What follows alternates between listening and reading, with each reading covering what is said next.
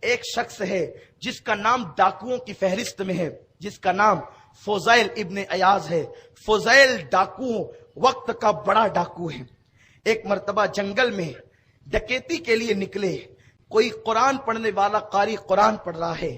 کیا اب بھی ایمان والوں کے لیے، اللہ کے بندوں کے لیے وہ وقت نہیں آیا کہ وہ ان کے دل اللہ کی عبادت کے لیے، اللہ کے خوف سے جھک جائیں؟ کیا وہ وقت نہیں آیا لوگوں پر؟ بس قرآن نے دل پہ اثر کیا اور تنہائی میں فضیل نے چہرے پہ ہاتھ رکھ کے کہا، اللہ تیرے فضیل کے لیے وہ وقت آ چکا ہے کہ تیرے خوف سے اب اس کا دل تیری بارگاہ میں، تیری یاد میں جھک جائے۔ اور پھر کہا، اللہ آج کے بعد اب ڈکیتی نہیں کروں گا، توبہ کر لی۔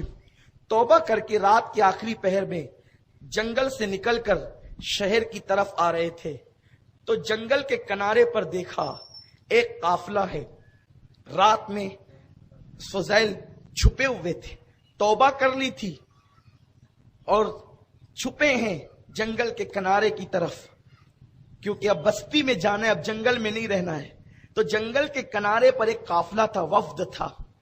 تو کوئی کہتا تھا، لوگوں جلدی چلو، سفر طے کرنا ہے۔ تو لوگوں نے کہا، نہیں، فضیل بہت بڑا ڈاکو ہے اور وہ اسی جنگل میں رہتا ہے، وہ لوٹ بھی لیتا ہے اور جان بھی لیتا ہے، ایک چیز نہ چھوڑے گا، لوٹ لے گا۔ لوگ خوف سے تھرا رہے تھے اور کہتے تھے، نہ جاؤ، رات یہیں گزارو، صبح سفر کریں گے۔ فضیل کا خوف ہے، ہم رات کو جنگل میں سفر نہیں کر سکتے۔ تب فضیل کی آنکھ میں آنسو آ گئے، رونے لگے، یا اللہ میں اتنا برا کہ لوگ میری ڈکیتی سے ڈرتے ہیں۔ تب فضیل نے کہا، لوگوں اب جاؤ، بے خوف و خطر سفر کرو۔ اب فضیل لوٹنے والا نہ رہا، اب تو فضیل خود لٹ چکا ہے۔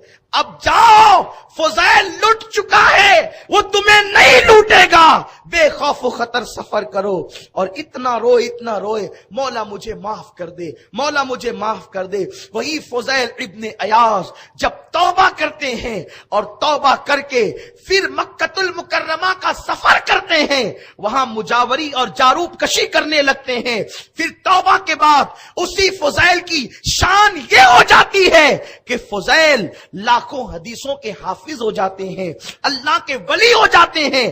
پہلے تو کیا تھے اور توبہ کر کے کیا بن گئے؟ مسلمانوں تم بھی توبہ کرو، اللہ نے موقع دیا ہے۔ اور ان احباب کو کہتا ہوں، ان محبت کرنے والوں کو کہتا ہوں، اگر آپ سونا چاہتے ہیں تو سو جائیں، کسی کو منع نہ کریں۔ اس قوم کو اللہ کی بارگاہ میں جھکنے کا وقت نہیں ہے، انہیں جھک رہے ہیں شب برات میں، کم از کم ایک رات میں جھک رہے ہیں، ان کو جھکنے دو۔ یہ رو رہے ہیں، انہیں رونے دو، یہ گڑگڑا رہے ہیں، انہیں گڑگڑانے دو۔ ذرا انصاف سے کام لینا صاحبو، کہ تم لوگ اب کہتے ہو کہ نفل پڑھنا بھی بدعت ہے۔ بتاؤ یہ نفل کب سے بدعت ہو گئی؟ اللہ کی عبادت بھی کوئی بدعت ہوتی ہے؟ قرآن تو یہ کہتا ہے، وَمَا خَلَقْتُ الْجِنَّ وَالْإِنسَ إِلَّا لِيَعْبُدُونَ، انسان اور جنوں کو صرف اس لیے پیدا کیا کہ وہ عبادت کرے۔ اب عبادت بدعت کب سے ہو گئی؟ سوچو تو صحیح، ایسا نہ کرو، اس قوم کو اپنے اللہ سے رشتہ جوڑ لینے دو۔ یہ کہاں آتے ہیں؟ کم از کم شب برات کے بہانے، معراج کے بہانے، قدر کے بہانے مسجدوں میں آتے ہیں تو آنے دو، انہیں شکوک میں مبتلا نہ کرو۔